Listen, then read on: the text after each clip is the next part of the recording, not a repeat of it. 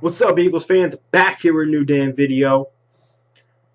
The title of this video, as you can see, is Eagles fans, relax. Just like Aaron Rodgers said, relax. Relax. Too much stress. You got too much stress. You got too much on your brain. Don't get me wrong. It drives me crazy too about what happened with the Rams game. How we are blowing them out and they somehow come back, yada yada yada. But I'm reading comments like I'm on this one thing. So who's the quarterback we're drafting now? Someone said. I'm like, we can draft one. I don't care, but whoa, you already trying to get rid of Foles? It's only week 5. I mean, we could try Sanchez if you want, but then they're asking questions about McCoy and doing all this and doing all that. Listen, I say this about every single person. I don't care who it is. You're only as good as your offensive line is. You're only as good as your offensive line. Look at Brady. Not this game. The game against the Chiefs when the offensive line was playing all messed up. He looked like an average. He didn't look like an average quarterback. He looked like a college or high school quarterback on Monday night. You're good as your offensive line, and that's the truth. But let's get back to the game. Let's not the game, my bad. Let's get back to what I was trying to say. We're sitting at 4-1. We're looking nice. As I said before, don't get me wrong, these comebacks and this and that and Foles not looking so good is really scary. But at the same time, we're 4-1. We're sneaking out these wins. And in my personal opinion, us against the Giants going to be a tough matchup because they're a red-hot Giants team and they're just winning games. Okay, so it's going to be a tough game against them. Okay. But the game after that, we have a bye week. And I believe in the bye week, everyone's going to rest and get better. Nick Foles had something wrong with his shoulder. They said there's a big welt on it. He's just been getting hammered on. Bam, bam, bam, bam. But I truly believe when we get our whole offensive line back, week 10, that Nick Foles will be back to the Nick Foles we know. And so will LeSean McCoy be back to the LeSean McCoy we know. And the reason I say that is because I did a lot of film study on Nick Foles. Like, you know, a lot of people look at his throws. Okay, a lot of people said, oh, we overthrew this guy, underthrew this guy. Do you know what goes inside those throws? Your mechanics. And you know what your mechanics are? A lot of people don't. Some people say to me, what's a mechanic? It's your footwork, the way your feet are placed. You know what I'm saying? How you have your arms. Your mechanics are what makes you throw the ball a certain way. Everyone has different mechanics. You can watch this quarterback. He has a design this way. He goes this way. He does that way. That way. You can't throw off your back foot. It's certain things like that. So I went back and watched a lot of it. And his mechanics are messed up due to part of this offensive line. I watch it. I see him backpedaling. He's backpedaling, and he's going like this, and he tries to get rid of it because he does not want to get hit, which I understand. Another thing I think's running through the guy's head.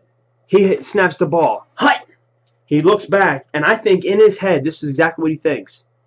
Looking for my receiver, and while he's looking for his receiver like this, he's looking for his receiver, he's trying to eye him down, and, you know, he's doing his, you know, not eye him down, but he's trying to find him, and also get this, you know, jim the safety off.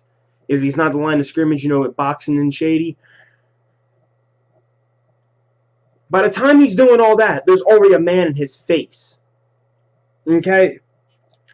Which makes it tough for him, so he has to scramble out to the right or the left, or what, you know, whatever. Just scramble out and try to make a play. And if not, he tries to scramble just for a run, make himself mobile. Now, when he had the other offensive line, he seemed more confident, in my opinion. Last season, I'm not talking about the Jaguar game when he was throwing picks and was fumbling and stuff, and we had half of the offensive line in at the time. You know what I mean?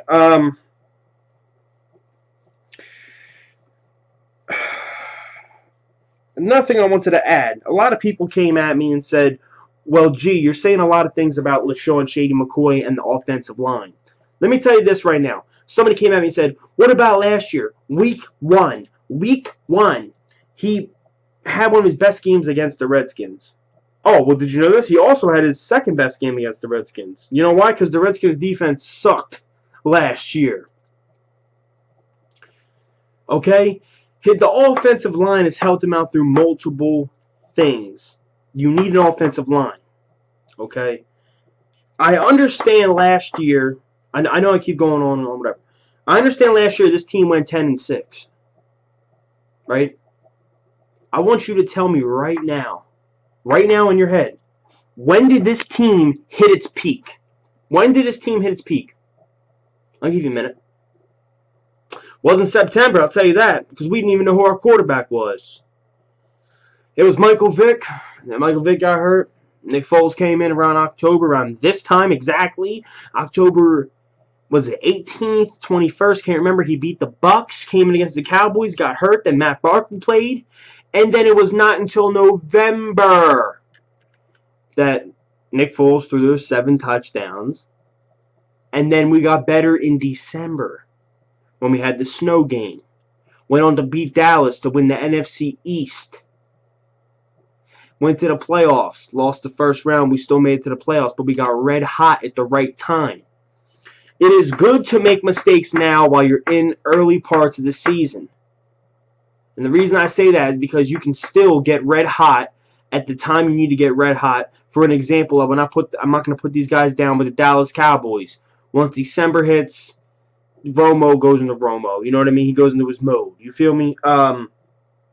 That's the only thing I'm trying to say here. Now, one more thing I want to say. If we, for example, drafted Brett Hundley, okay? We drafted Brett Hundley, and he starts week 1 next year. And, you know, he's our quarterback. Oh, my God, he's our quarterback, right? If he has, the year after that has a bad year, do you want to kick him to the curb? Or if we sign Brett Hundley, as I said, and then he has a good year, and the next year after that he falls off a little bit like Foles is right now, are you going to be writing on your Facebooks, what quarterback are we going to draft now? No, you stick with one, you work around, and if not, then you find you a new one. But as I'm saying, this is exactly what I'm doing with Nick Foles. Right now, yes, I'm off the bandwagon, Nick Foles. I still think he's a great quarterback. I'm not saying I'm off the bandwagon like, oh, I'm only on his side. You know what I'm saying? I want to say, you know, whatever it takes to win. I'll give my full analogy on Nick Foles come week 14. Okay? Week 10, we get the whole offensive line back. Week 10. So week 14, that's 4 games in with the offensive line, but week 14 versus the Seattle Seahawks. But week 14 is when we get our line back. The funny thing is, one more thing I want to say before I get into other things. People seem to not understand about the offensive line situation, because I keep saying offensive line. What about 2012 when Michael Vick was getting his shit ripped all game? Just like Foles is now. I didn't hear one peep on YouTube or on Facebook or people complaining about, oh, he sucks. They were just saying, oh, it's the offensive line, it's the offensive line, it's the offensive line. Yeah, where are them people at now for Nick Foles? Nick Foles isn't playing that bad, okay, folks? And let me tell you this right now. This is one thing I can respect the Giants fans on. They have a quarterback in Eli Manning. I understand Eli Manning won 2 Super Bowls, okay? Shout out to him. He won 2 Super Bowls. Cool. You know, he's got history with the franchise. Last year, he has a horrible year, okay? Then the season starts out, he goes into the preseason. He's throwing picks. He's fumbling. Week 1, I think he threw 3 picks against the Lions. Week 2, he threw 2 picks against the, I can't remember who they were playing. He threw 2 picks. Lost the game. He fumbled, I think. Then he came back, he redeemed himself. But that whole time, last year and the year and the couple games into this year when people were still panicking about Eli, from what I know, they did not say they want a new quarterback. They said, Eli, get your shit together. And that's all he said. That's one thing I can respect them on. Is that they didn't jump the gun and just get all scared, okay? Now, I think when the offensive line comes back, as I said, Foles will get his mechanics back, yada, yada, yada. One more thing. David Molk is the center. David Molk sucks. And if you guys do not know The center is one of the most important positions. I don't understand how people don't get that through their brains. I've said it multiple times in multiple videos. The center is one of the vocal points of the offense, just like your offensive line is. Okay? He calls the shots. He snaps the ball. He makes sure, everything's out of trouble. David Moak was getting thrown around all game long.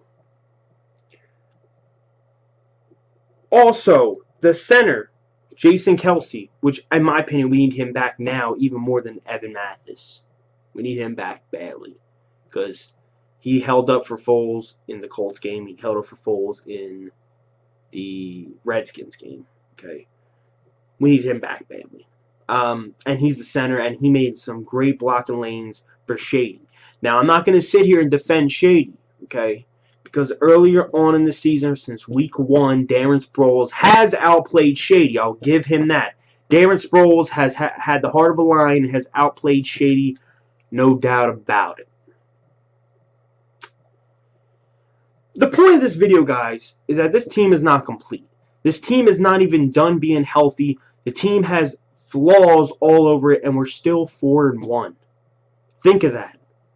Last year we had flaws around this time, and we were 1-3, 1-4. I can't remember. We lost to the Broncos, lost to this team, lost to that team, lost to this team, and we had super flaws. Now we got flaws, but we're winning. This is all I want to do. I think we might lose this game against the Giants because they're red hot right now. You know what I'm saying? They're just steaming. They're whatever. We'll see what happens. I hope for a win going into the bye, and we can rest up. I don't think we're going to beat Arizona, okay? But I'm just saying, this bye week will really help this team out tremendously. This team is hurt on every angle. In this game, Jason Peters was starting to hobble over to the huddle because he couldn't even make it to, the line. He was even getting banged up. Okay? Jerry Maclin had the wind knocked out of him. So you understand what I'm saying, guys. Every faction of this team is hurt, and we're still managing to win games. I don't understand it. We're 4-1. We're up there with the Bengals. We're up there with the Cardinals. Not saying we're as good as them. I'm just saying. With the Cowboys. We're 4-1, and we're not even all the way healthy. My words for you are relax. Just like Aaron Rodgers said. Relax. Let everything play out. And this is all I got to say.